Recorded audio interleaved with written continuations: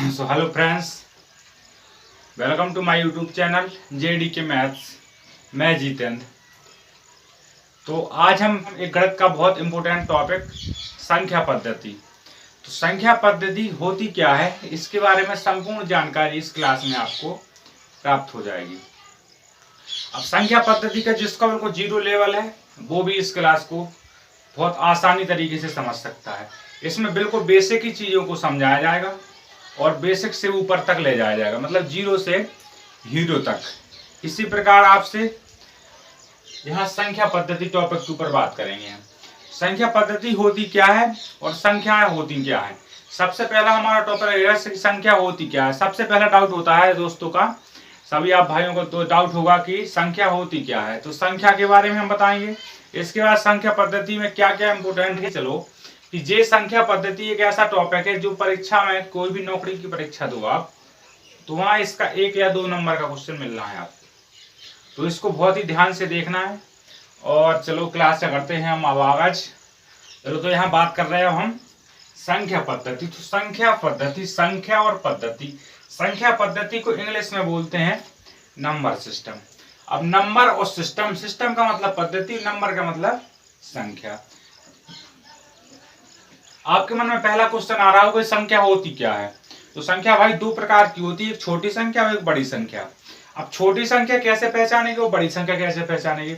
छोटी संख्या जो होती है वह संख्या, मतलब बड़ी संख्या, वह बड़ी संख्या जिसमें से 1 घटा दिया जाता है तो उसके मुकाबले छोटी हो जाती है, तो उसको बोलते हैं हम छोटी संख्या। और वह संख्या जिसमें 1 जोड़ दिया जाए, वह छोटी संख्या जिसमें 1 जोड़ दिया जाए वह बड़ी संख्या हो जाती है। तो यहाँ से परिभाषा बनती है छोटी संख्या और बड़ी संख्या की, कि छोटी संख्या वह संख्या कहलाती है। पहली संख्या होती है प्राकृतिक संख्या। सबसे पहली संख्या लिखेंगे प्राकृतिक संख्या, जिसे बोलते हैं नेचुरल नंबर। प्राकृतिक संख्या। अब प्राकृतिक संख्या पढ़ने से पहले अगर आप चैनल पर नए आए हो तो चैनल को सब्सक्राइब कर लो, बेल आइकन को प्रेस कर दो, वीडियो को शेयर करो और लाइक कर दो। इसके बाद प्राकृतिक संख्या, तो प्राकृतिक संख्या को बोलते हैं इंग्लिश में नेचुरल नंबर। इंग्लिश में बोलते हैं प्राकृतिक संख्या को नेचुरल नंबर। नेचुरल, अब नेचुरल का मतलब होता है प्राकृतिक, नेचुरल का नंबर होता है प्राकृतिक। तो प्राकृतिक, अब शब्द से इस पर होता है प्राकृतिक। प्राकृतिक मतलब ये पूरा आवरण जो हमें प्रकृति से प्राप्त हुई है संख्या, उसी को हम प्राकृतिक संख्या बोलते हैं। तो इसकी परिभाषा सीधी बनती है, वे संख्याएं जो हमें प्रकृति से प्राप्त हुई हैं वे संख्या प्राकृतिक संख्या कहलाती हैं। पर अब याद करने के लिए हमने इतना बोल दिया, वे संख्या जो प्रकृति से प्राप्त हुई, अब वे पता होनी चाहिए वे संख्या कौन सी हैं जो है प्रकृति से प्राप्त हुई हैं। तो प्राकृतिक संख्या में 0 को ऐड नहीं किया जाता है। प्राकृतिक संख्या 1 से चालू होती हैं और अनंत तक जाती हैं। तो चलो देखो, प्राकृतिक संख्याएं वे संख्याएं कहलाती हैं, प्राकृतिक संख्याएं वे संख्याएं जो प्रकृति से प्राप्त हुई हैं, जो प्रकृति से प्राप्त हुई हैं।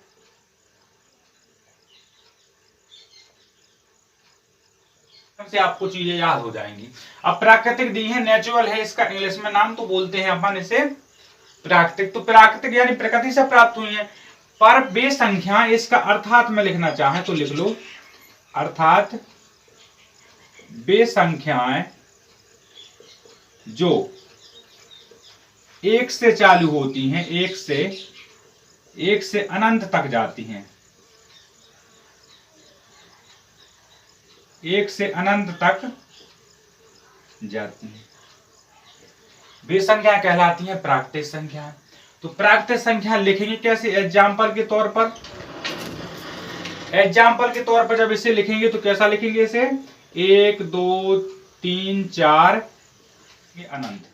अब दूसरी वाली चीज आती है, प्राकृतिक के बाद आती है अपनी पूर्ण संख्या। तो पूर्ण संख्या क्या होती है। अब पूर्ण संख्या, प्राकृतिक और पूर्ण, 2 संख्या ज्यादा इंपॉर्टेंट है, प्राकृतिक और पूर्ण। तो हमने यहाँ पर बात करी पूर्ण संख्या की। तो चलो देखो, अब पूर्ण संख्या आपको प्राकृतिक संख्या तो समझ में आ गई होगी। पूर्ण संख्या, तो पूर्ण संख्या को बोलते हैं whole number. Whole number, number ऊपर हमने नहीं लिखा है, ठीक है, नंबर आपको पता होना चाहिए, नंबर, होल नंबर, ठीक है। अब यहां से होल नंबर, तो होल नंबर बोलती हैं पूर्ण संख्या वे संख्या जिसमें जीरो शामिल कर दिया जाता है, वे संख्या कहलाती हैं आपकी पूर्ण संख्या। तो इसका सीधा सीधा लिख देना है वे संख्याएं जिसमें शून्य शामिल हो जाए, जिसमें शून्य शामिल हो जाए। ठीक है, यहां से दो संख्याएं आपकी क्लियर। अब यहां कोई अगर डाउट हो तो आप एक बार पूछ सकते हो। इसके लिए एग्जाम्पल देंगे हम, एग्जाम्पल देंगे कितना 0 1 2 3 4 डॉट डॉट डॉट अनंत तक। ठीक है, यहां अपनी दो संख्या पूर्ण तरीके से हो जाती हैं। अब आप बात करेंगे संख्या पद्धति में संख्या पढ़नी कैसी है अपन को। यहां से दो संख्याएं हमने बताई हैं, अभी ये संख्या नहीं लिखी है तो इसको लिख लो एक बार। ठीक है, इसके बाद हमने बात किया है, समझ में आ गया इतना। इसके बाद हम बात करेंगे कि संख्या होती क्या, संख्या पद्धति में हम क्या क्या पढ़ना चाहेंगे। तो मुख्यतः संख्या पद्धति में हम चार संख्याओं के ऊपर वार्तालाप करेंगे। वो चार संख्याएं होंगी कौन कौन सी, एक होंगी दशमलव संख्याएं, दूसरी होंगी द्विआधारी संख्याएं, और तीसरी होंगी आपकी 6 आधारी संख्या, और चौथी होगी आपकी 8 अंकीय संख्या। तो जो 8 अंकीय संख्या होती है हम बोलते हैं ऑक्टा। तो ऑक्टा वाली जो संख्या होती है, तो इस ऑक्टा वाली संख्या का प्रयोग किया जाता है ईंधन वाले तेल में। जैसे कि ईंधन को मापा जाता है, तो ईंधन को हमेशा ऑक्टा में मापा जाता है। अब ईंधन को ऑक्टा में कैसे मापा जाता है, इसके लिए जैसे तेल हो गया, पेट्रोल हो गया, डीजल हो गया, ये चीजें सब तेल वाली चीजें, ईंधन वाली चीजें सब ऑक्टा में मापी जाती है। 6 अंकीय संख्या, द्विआधारी संख्या, इन चीजों पर हम धीरे धीरे बात करेंगे, पर हमने आपको यहाँ क्लियर कर दिया है। हम बात करेंगे दशमलव संख्या। तो दशमलव संख्या के अंदर होता है कॉम्प्लेक्स। अब कॉम्प्लेक्स तो आपको पता होगा, कॉम्प्लेक्स वही वाला जो अपन बच्चों को खवाते हैं, अपन भी जैसे बच्चा छोटा बच्चा होता है उसको कॉम्प्लेक्स खिलाते, वैसे ही संख्या पद्धति में भी कॉम्प्लेक्स होता है। कॉम्प्लेक्स का मतलब होता है कॉम्प्लेक्स सिस्टम। कॉम्प्लेक्स सिस्टम को बोलते हैं सम्मिश्र संख्या। तो सम्मिश्र संख्याओं में से निकलती हैं सभी प्रकार की संख्याएं। तो उसमें से दशमलव संख्या पहले लिखेंगे अपन, दशमलव संख्या में निकलती है सम्मिश्र संख्या। तो लिखो complex number, complex number, complex number,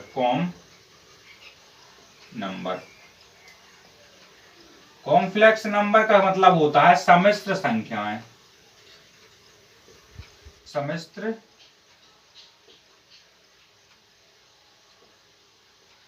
संख्याएं। अब सम्मिश्र संख्या में से क्या निकलता है, एक बात और फोकस करना है। तो अब यहां तक आपको बातें क्लियर हो चुकी होंगी। तो सम्मिश्र संख्याएं होती हैं दो प्रकार की, वास्तविक संख्या और काल्पनिक संख्याएं। अब आप पूछोगे वास्तविक संख्या है क्या है, काल्पनिक संख्या और काल्पनिक संख्या क्या है। तो वास्तविक संख्या वे संख्या कहलाती है जिसकी वास्तविकता होती है, जो दिखता है, दिखने से मतलब है जो अपने सामने रियलिटी होती है। वास्तविक संख्या को बोलते हैं रियल नंबर। एक बात क्लियर, वास्तविक संख्या को बोलते हैं रियल। अब आपको पता होगा रियल, तो आप सुनते होंगे रियल नंबर। इसके बाद काल्पनिक संख्या होती है इमेज नंबर। काल्पनिक मतलब जिसकी कल्पना की जाए, जैसे आपकी परछाई, यहाँ जैसे हमने हाथ कर दिया, ये परछाई सी बन रही है, ये परछाई बन रही है बगल पे, तो ये होती है कल्पना। तो कल्पना जिन चीजों की कल्पना की जाती है वो काल्पनिक संख्या कहलाती है, जिसे बोलते हैं इमेज नंबर। ठीक है, इमेज नंबर। तो यहां से निकलती है दो प्रकार की संख्या, लिखो। पहली होती है आपकी वास्तविक संख्या, तो दूसरी होती है आपकी, पहली है वास्तविक संख्या, जिसे बोलते हैं रियल नंबर। ठीक है, और यहां होती है आपकी काल्पनिक संख्या। काल्पनिक संख्या को बोलते हैं इमेज नंबर। यहां हम अंग्रेजी में बोलते जा रहे हैं और आप चाहो तो लिखते भी जाएंगे इसे, लेकिन इसमें हमारा पूरा बोर्ड भर जाएगा। इसके बाद हमने देखा दशमलव संख्या से, यहां देख लिया हमने वास्तविक संख्या। तो वास्तविक संख्या से निकलती हैं दो संख्या, जिसे बोलते हैं अपन दशमलव संख्या, और एक होती है पूर्णांक। तो दशमलव संख्या क्या है, पूर्णांक क्या है। अब दशमलव संख्या से निकलती हैं दो संख्याएं, उसके बाद दशमलव संख्या, जिन संख्याओं में दशमलव का यूज हो जाए उसे दशमलव संख्या बोल देंगे। और दशमलव संख्या के बाद काल्पनिक संख्या, हमने बता दिया काल्पनिक संख्या वे संख्याएं कहलाती हैं जिसकी इमेज बनाई जाए और अपनी जिसकी कल्पना की जाए। अब कल्पना किन किन की जाती है आपको अपने मन से देखना है। जैसे होता है अल्फा, बीटा, यहां से इन चीजों की अपन डॉट डॉट डॉट ये चीजें होती हैं जो काल्पनिक संख्याएं होती हैं। फिर हम आ गए यहाँ पर वास्तविक संख्या के ऊपर। हमने देखा था कि वास्तविक संख्या, तो वास्तविक संख्या हमने बोली थी दो प्रकार की होती है। वो दो कौन कौन से प्रकार होते हैं इसकी संख्या? तो हमने यहाँ लिख दिया दशमलव संख्या, और साइड में लिख दिया हमने पूर्णांक। तो आपको पूर्णांक पता होगा, जानते होंगे। पूर्णांक वे संख्या, पूर्णांक होते हैं टोटल दो प्रकार की, एक धनात्मक और एक ऋणात्मक। तो धनात्मक और ऋणात्मक, तो यहां से हो जाती है हमारी एक कंप्लीट। धनात्मक और ऋणात्मक, जो प्लस के होते हैं वो धनात्मक, जो माइनस के होते हैं वो ऋणात्मक। इसके ऊपर भी हम वार्तालाप करेंगे अभी, पर यहाँ देखना है अभी दशमलव संख्या को खत्म करो। दशमलव संख्या यहां से होती है दो प्रकार की, एक होती है परिमेय संख्या और एक होती है अपरिमेय संख्या। तो अब बात आती है परिमेय संख्या किसे बोलते हैं? तो परिमेय संख्या को इंग्लिश में बोलते हैं अपन रिपीटेड नंबर, और इसे अपरिमेय संख्या को बोलते हैं नॉन रिपीटेड नंबर। तो यहाँ रिपीटिंग से स्पष्ट होता है दशमलव संख्या है तो दशमलव तो आना है, ये पक्का है। दशमलव के बाद जो संख्या बार बार दोहराई जाए, जो संख्या बार बार दोहराई जाए उसी को बोलते हैं हम परिमेय संख्या। और नॉन रिपीटिंग का मतलब होता है वे संख्या जो दशमलव के बाद बार बार दोहराई न जाए, एक बार एक आ जाए तो वो दोबारा ना आए, तो उसी को बोलते हैं हम अपरिमेय संख्या। अब बात आ जाती है यहाँ धनात्मक और ऋणात्मक। तो धनात्मक को इंग्लिश में बोलते हैं पॉजिटिव नंबर और ऋणात्मक को इंग्लिश में बोलते हैं निगेटिव नंबर।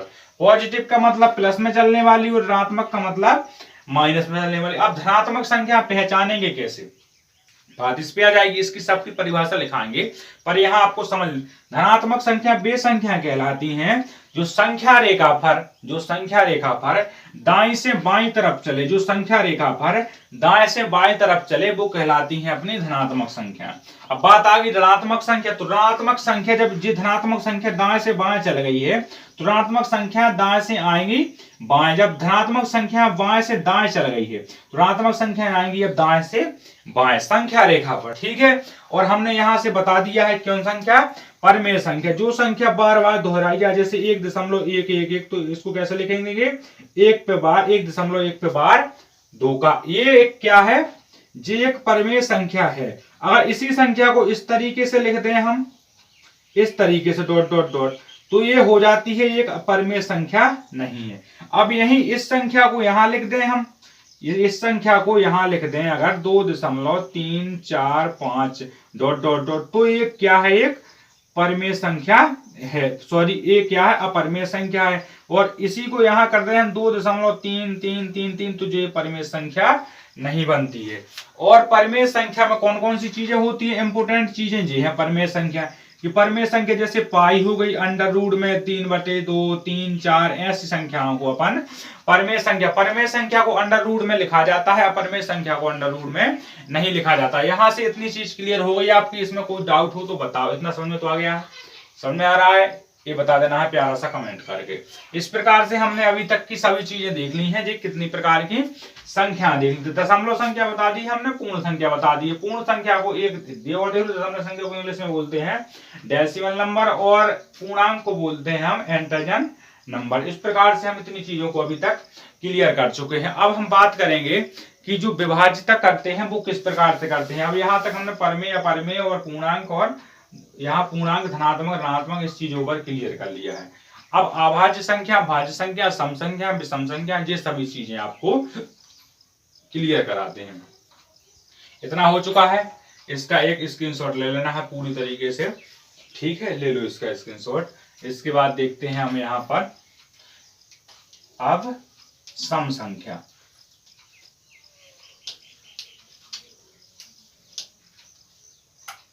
देखो सम संख्या, तो सम संख्या क्या होती है, सबसे पहली बात आती है सम संख्या की। सम संख्या, सम संख्या, सम संख्या को बोलते क्या है,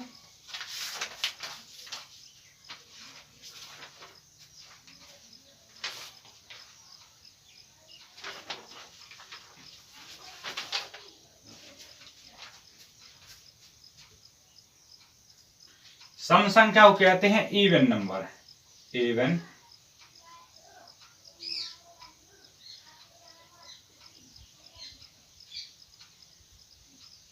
इवन नंबर। इवन नंबर, तो इस सम संख्या को बोलते हैं इवन नंबर। अब सम संख्या होती क्या है? ऐसी संख्याएं जैसे कि 2 4 6 8, ऐसी संख्या जैसे कि 2 4 6 8, वे संख्याएं जो 2 4 6 8 कोष्टक में लिख देना, जैसे कि जो 2 से विभाजित हो जाए वे सभी संख्याएं सम संख्याएं कहलाती हैं। अब 2 से विभाजित कैसे होंगी?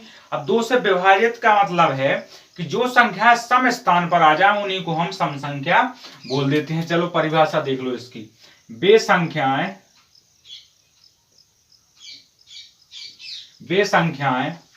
जो, जैसे कर देते हैं 2 4 6 डॉट डॉट डॉट, 2 से विभाजित हो जाए,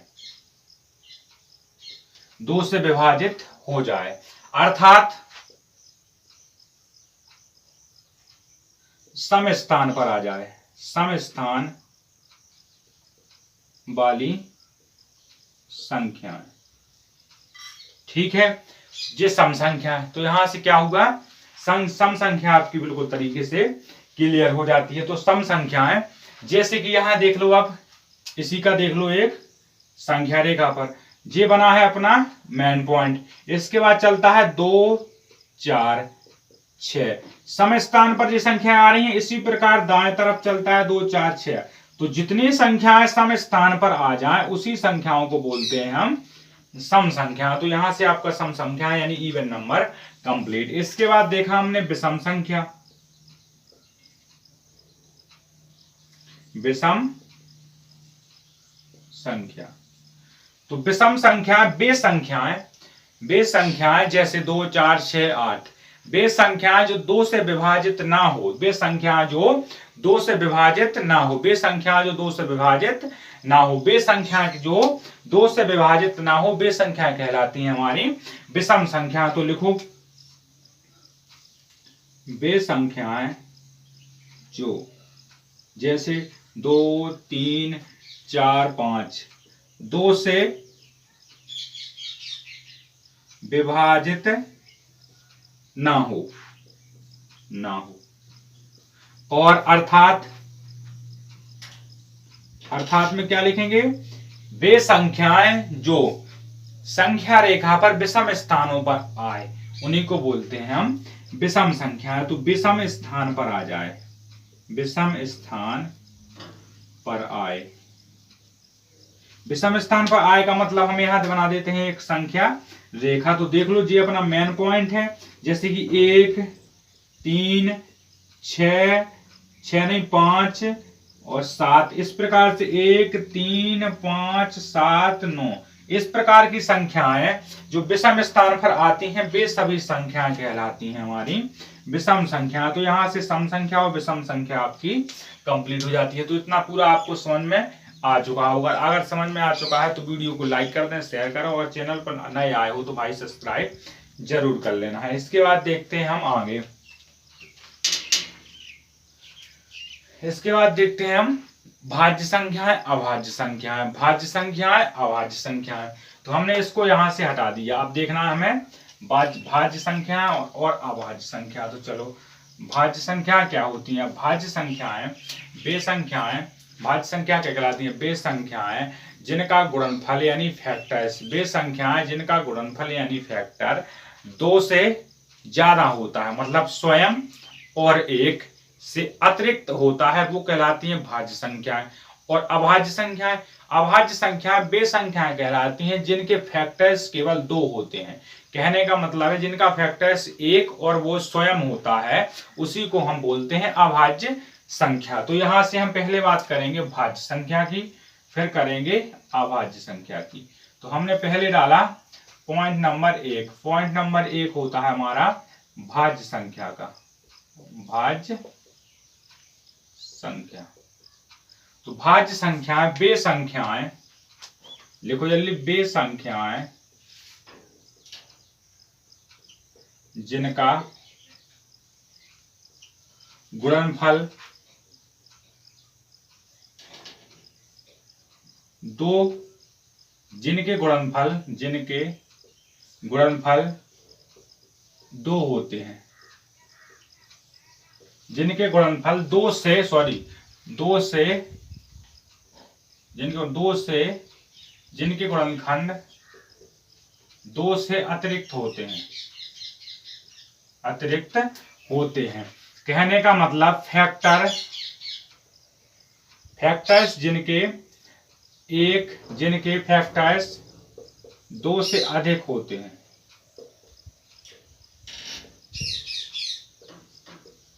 अब यहाँ 2 से अधिक का मतलब क्या है?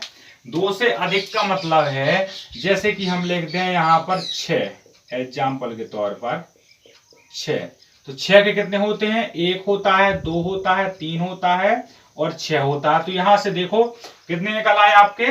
4 फैक्टर निकल आते हैं। और अभाज्य संख्या हम बता चुके हैं कि अभाज्य संख्या वे संख्याएं जिनके गुणनफल केवल 2 होते हैं, वे अभाज्य संख्याएं कहलाती हैं। तो हमने यहाँ बाद में देखा अभाज्य संख्या को। तो अभाज्य संख्या वे संख्याएं जिनके फैक्टर्स, वे संख्याएं शॉर्ट में लिख रहे हैं हम, वे संख्याएं जिनके फैक्टर्स केवल 2 होते हैं। फैक्टर्स का मतलब होता है गुणनफल, जिसके गुणनफल 2 होते हैं। कहने का मतलब एक व स्वयं से क्या मतलब है? जैसे एग्जाम्पल के तौर पर देखो, जैसे लिख दें हम यहां पर 3, तो 3 का निकालो आप, तो 3 का कितना निकालोगे आप? 1 व 3। 5 का निकालो आप, कितना निकालोगे? 1 व 5। 7 का निकालो आप, तो कितना निकालोगे? 1 व 7। इस प्रकार से यह अभाज्य संख्या आपकी क्लियर हो जाती है। और एक बात सबसे ज्यादा इंपॉर्टेंट जो नोट डाल लेना है, यही बात आपकी परीक्षा में ज्यादातर पूछी जाती है। एक ऐसी अभाज्य संख्या बताएं जो पूर्ण संख्या भी हो और भाज्य संख्या भी हो।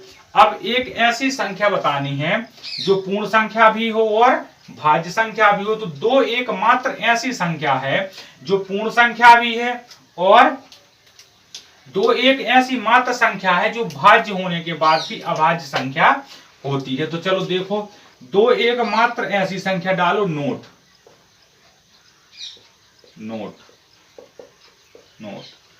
तो लिखो 1 व 0 एक ऐसी संख्या है जो पूर्ण संख्या होने के बावजूद क्या है? अभाज्य संख्या है। अभाज्य संख्या है। जे एक अभाज्य संख्या है 0 और 1। तो इस बात को नोट में लिख लेना है। और एक नोट और लिख लेना है, क्या? 2। तो 2 एक ऐसी संख्या है जो अभाज्य भाज्य होने के बावजूद भी, जो 2 एक भाज्य